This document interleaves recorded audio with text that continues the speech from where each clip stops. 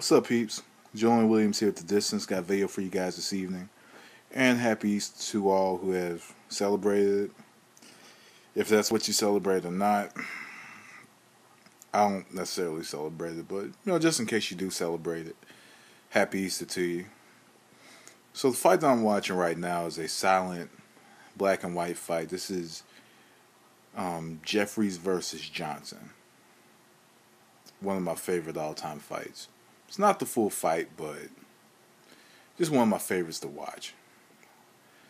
For some reason, I gotten into silent fights. I'm not sure how I got into them. Then I'm like, you can't necessarily find too many of them, but if you could find one or two, then best of. I guess to each his own.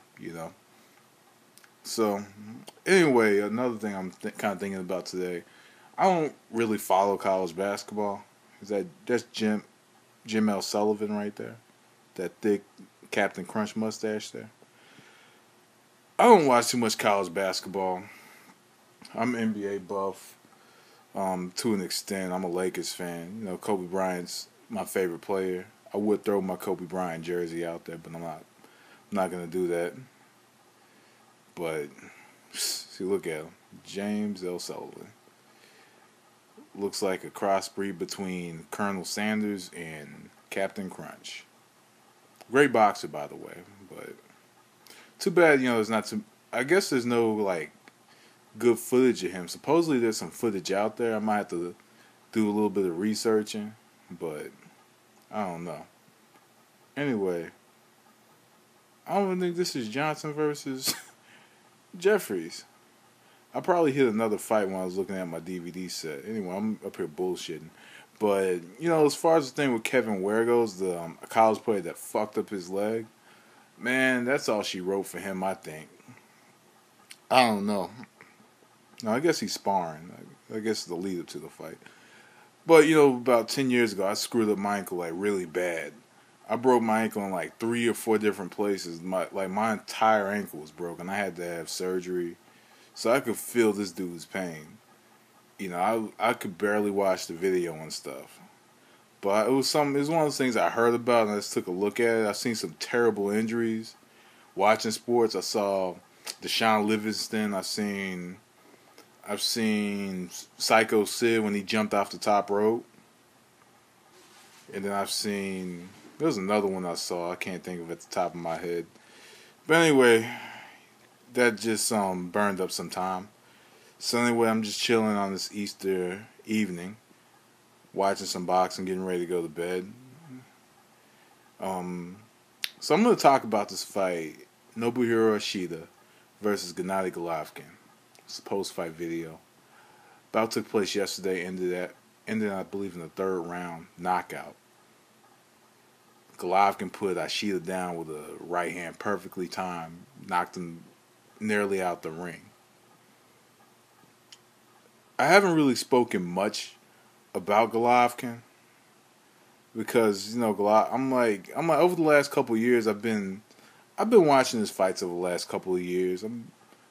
I like Golovkin as a fighter. I did make a prediction for the Rosado fight. I couldn't post it because my Wi-Fi was screwed up.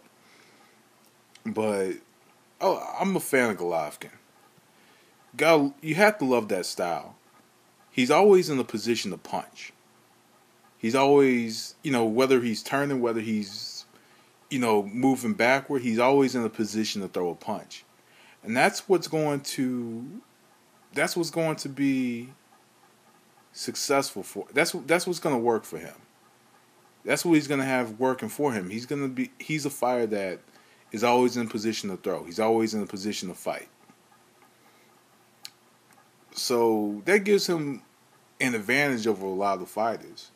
This fight, he's facing a fighter who had little to no defense. I went on the safe side and predicted a decision, because Ishida was a tough customer, but he caught him with that perfectly placed, perfectly timed shot, put him nearly out the ring.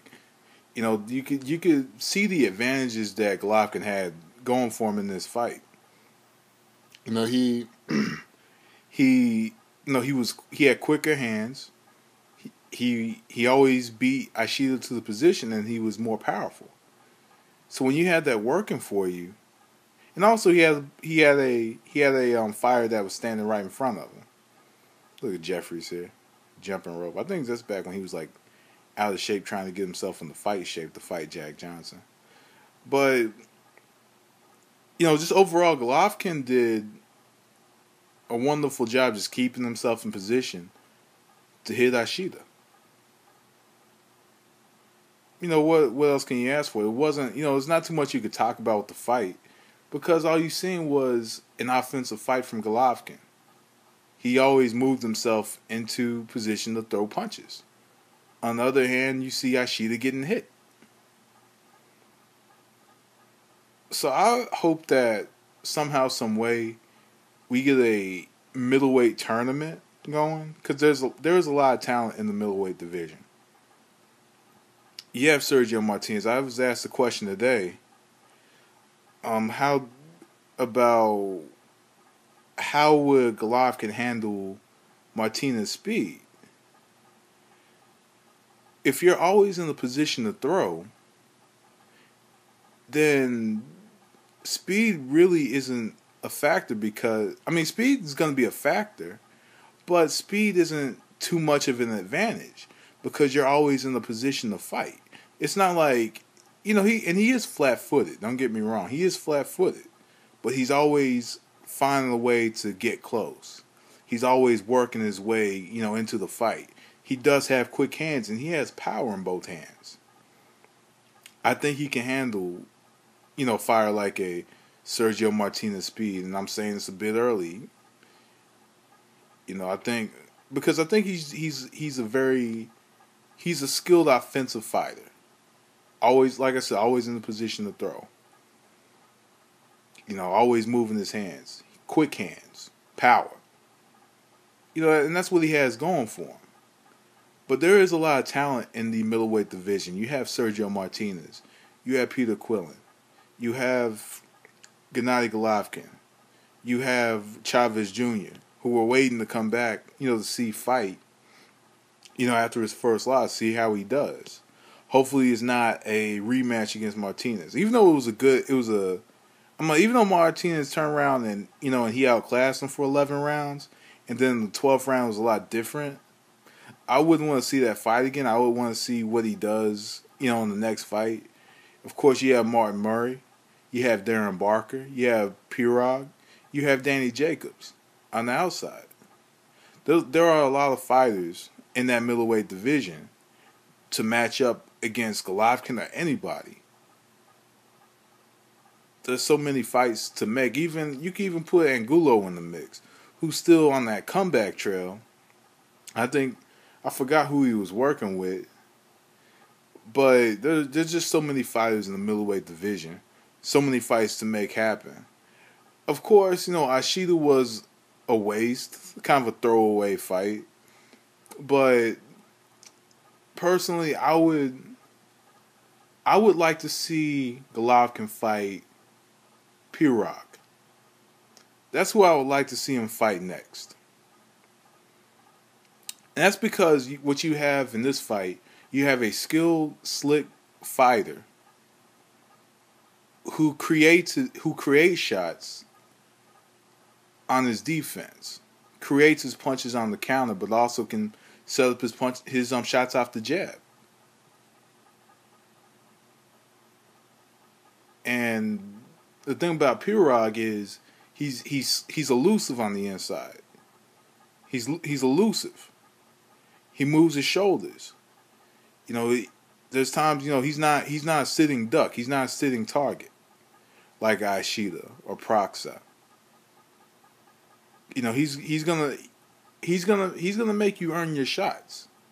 So that's the fight I would like to see for Golovkin. I would like to see him fight Pirog, unified WBA and WBO.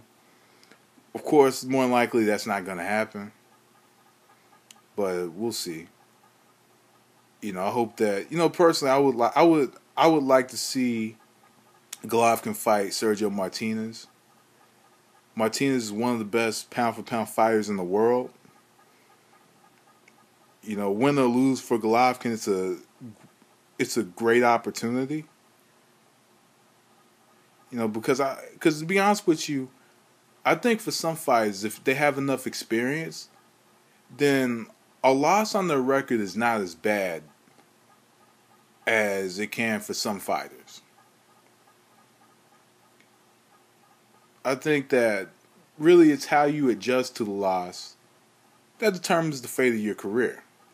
There's some fighters that lose and they come back, much stronger than ever. Look at Vladimir Klitschko. Lost, against Layman Brewster and Corey Sanders. He came back and now he's like the number one heavyweight in the world. And that's just an example. But I think that he should be matched up with, but I think Golovkin should be matched up with some of the best.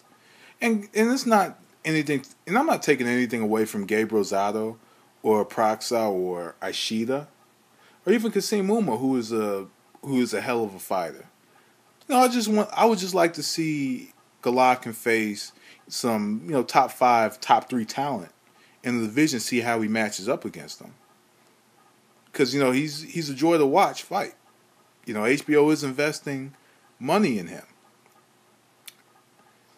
So I would like to see him face, Sergio Martinez or even the other dude that faced Martinez about a year ago.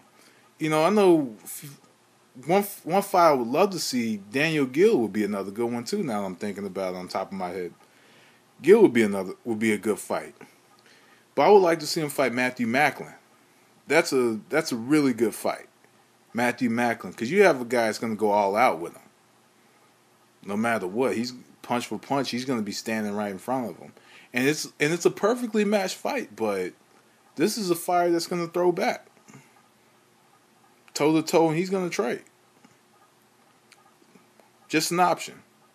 So anyway, peeps, I'm out of here.